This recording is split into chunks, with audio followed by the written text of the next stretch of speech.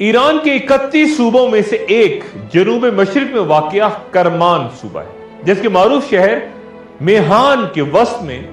وہ عالی شان مقبرہ اس شخصیت کا موجود ہے جنہوں نے 1431 عیسوی میں 105 سال کی عمر میں انتقال، اور جن کے ذکر اور تذکرے کے بغیر آخر الزماں پر گفتگو نہیں ہو سکتی،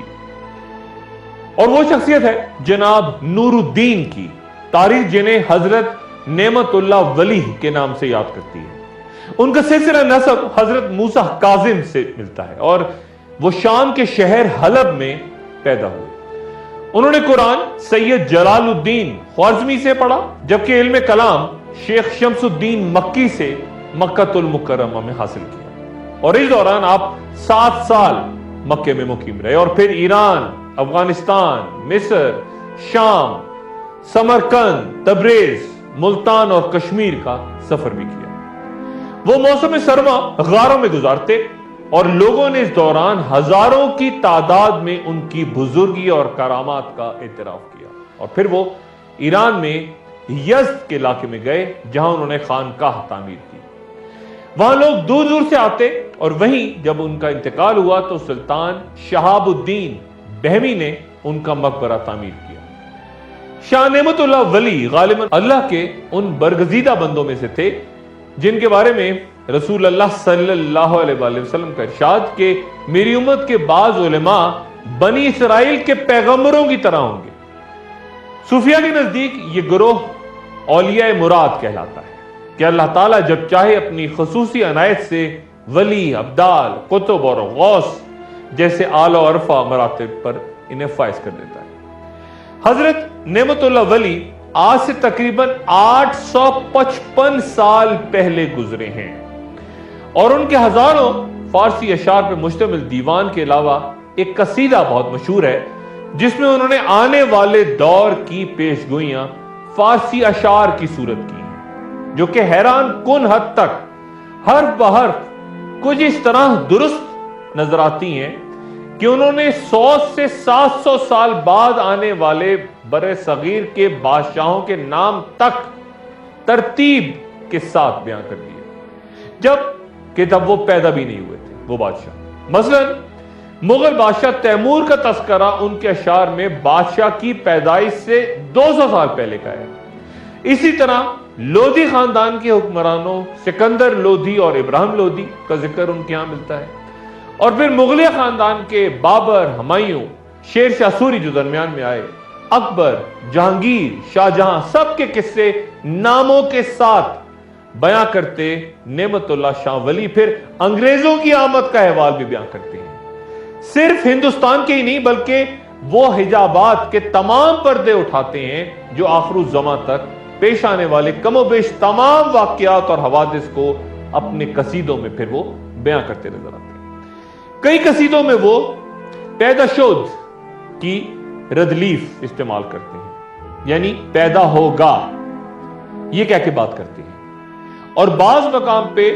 ردلیف میں بینم یعنی میں دیکھ رہا ہوں کی صورت استعمال ہوتی ہے۔ جو پیشگوئیاں حیران کن حد تک درست ثابت ہوئیں ان میں سے کچھ ذرا ملاحظہ فرمائیے۔ ظہیر الدین بابر کے اقتدار میں آنے سے 350 سال پہلے یعنی 1174 عیسوی میں نعمت اللہ ولی فرماتے ہیں کہ اس کے بعد ملک کابل کا بادشاہ بابر دہلی میں ہندوستان کا وارث ہوگا۔ ایک اور شعر یوں ہے کہ ہمایوں بادشاہ کو حادثہ پیش آئے گا، اور پھر شیر شاہ یعنی شیر شاہ سوری ایک شخص دنیا میں ظاہر ہوگا۔ تاریخ ہند اس پیشگوئی کو مکمل طور پہ درست ثابت کرتی ہے کہ شیر شاہ سوری سے شکست کھا کے ہمایوں نے نظام سکہ کے ذریعے دریائے گنگا پار کر کے اپنی جان بچائی، اور جب شیر شاہ سوری چل بسا تو ہمایوں نے شاہ ایران کی مدد سے 1555 عیسوی میں دوبارہ ہندوستان پہ قبضہ کیا، اور 1530 سے لے کے 1556 تک وہاں پہ حکومت کی۔ یہ دلچسپ بات ہے کہ نعمت اللہ شاہ ولی نے تمام مغل بادشاہوں کا نام لے کر ان کے بارے میں پیش گوئی کی۔ مثلا اس طرح کا ایک شعر ملاحظہ فرمائیے جہانگیر کے بارے میں، جس میں وہ کہتے ہیں کہ جب وہ دارالبقا کی طرف سفر کرے گا تو اس کا بیٹا شاہ جہاں پیدا ہوگا۔ काबिल तवज्जो बात यह है कि नेमतुल्लाह वली ने तमाम मुगल हुक्मरानों का नाम लेकर जिक्र किया सवाए एक के, यानी औरंगजेब के। हो सकता है कि यह जिक्र आज कहीं कसीदों में मौजूद ना हो, कहीं दस्तयाब ना हो, लिखा गया हो, या फिर यह भी कि औरंगजेब ने ना सिर्फ तख्त नशीनी की सदियों पुरानी रवायात से इनहराफ किया और अपने बाप शाहजहां को ग्वालियर के किले में कैद करवा दिया, बल्कि तख्त के असल वारिस यानी अपने बड़े भाई दारा शिकोह को शिकस्त देने के बाद हाथी के पीछे बांधकर घसीटते हुए हजारों मर्द औरतों के सामने बेरहमी से कत्ल करवा दिया था। औरंगजेब के बाद खानदान मुगलिया का जवाल है और उसका भी जिक्र करते हैं हजरत। और फिर दिल्ली के उजड़ने से 600 साल पहले नेमतुल्लाह शाह वली दिल्ली के नादिर शाह के हाथ उजड़ने का जिक्र फरमाते हैं। नादिर शाह ने 1739 में हिंदुस्तान पे हमला करके 2 माह तक दिल्ली को इस तरह बर्बाद किया कि एक बार तो गुस्से में आके उसके सिपाहियों ने सिर्फ 12 घंटे में 1.5 लाख इंसानों को दिल्ली में कत्ल कर दिया। नेमतुल्लाह वली बाबर के दौर में सिखों के बानी पेशवा यानी गुरु नानक का जिक्र भी करते हैं, यानी उसका नाम नानक होगा, बहुत से लोग उसकी तरफ रजू करेंगे और उस फकीर का बाजार गर्म और बहुत चर्चा होगा। फिर वो ये भी कहते हैं कि जंगे जीन यानी जर्मनों की जंग में आसमान ईसाइयों को मुब्तला कर देगा और ये उनके लिए तबाही और बर्बादी का निशान होगा। पहली जंग अजीम जो कि 1914 से 1918 तक और फिर 21 साल बाद दोबारा जर्मनों और ईसाइयों के दरमियान दूसरी जंग अजीम की सूरत हुई, एक हैरान कुन नतीजा नेमतुल्लाह शाह वली इन जंगों का यूं बयां करते हैं,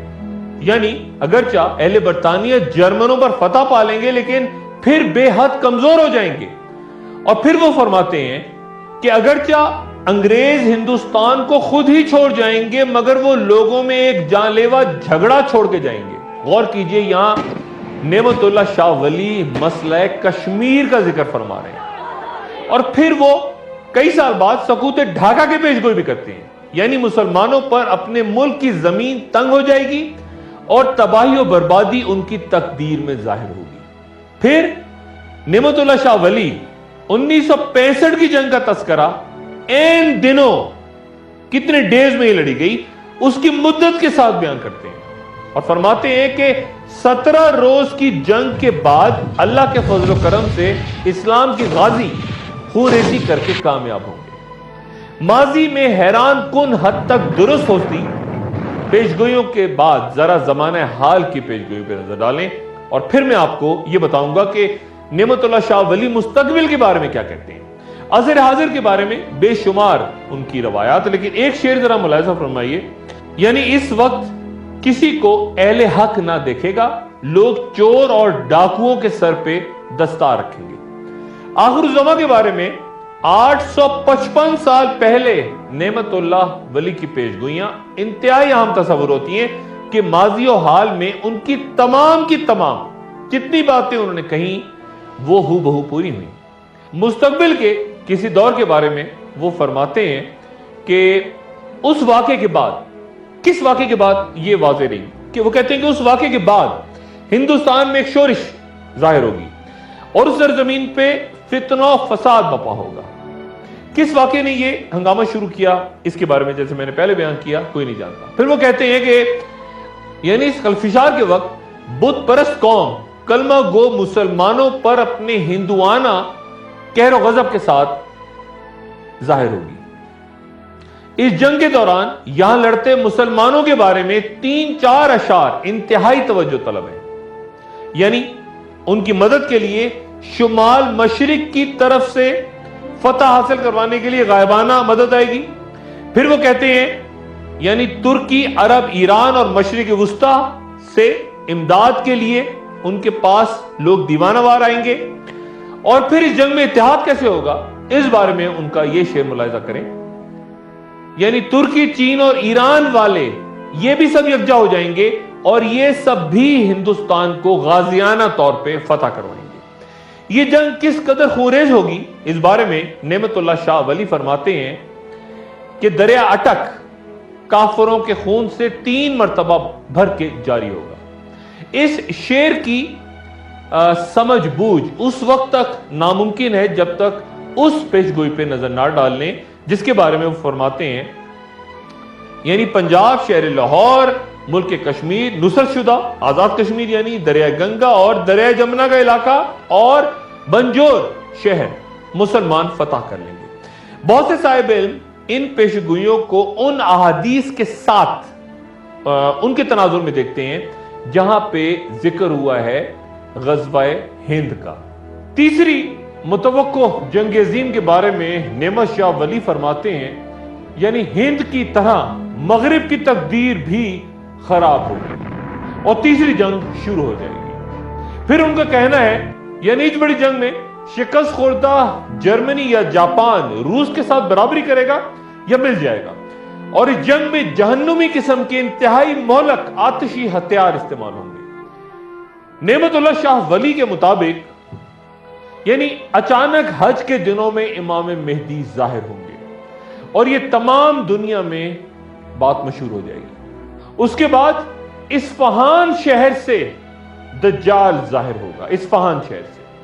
और उसके कत्ल करने के लिए ईसा अलैहिस्सलाम आसमान से उतरेंगे।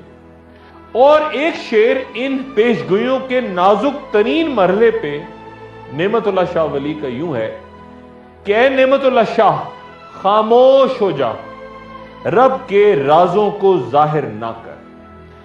नेमतुल्लाह शाह वली की पेशगोइयां कुछ 2000 अशार के करीब बयां होती हैं, जिनमें से सिर्फ 350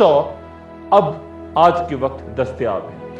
और 1000 साल पर मुहीत इतनी तवील और मुस्तनद पेशगोई करने का ये गैर मामूली मर्तबा किसी और रूहानी शख्सियत को अल्लाह ने गालिबन अता नहीं किया। यानी नेमतुल्लाह एक कोने में बैठा हुआ है और मैं सब कुछ देख रहा हूं।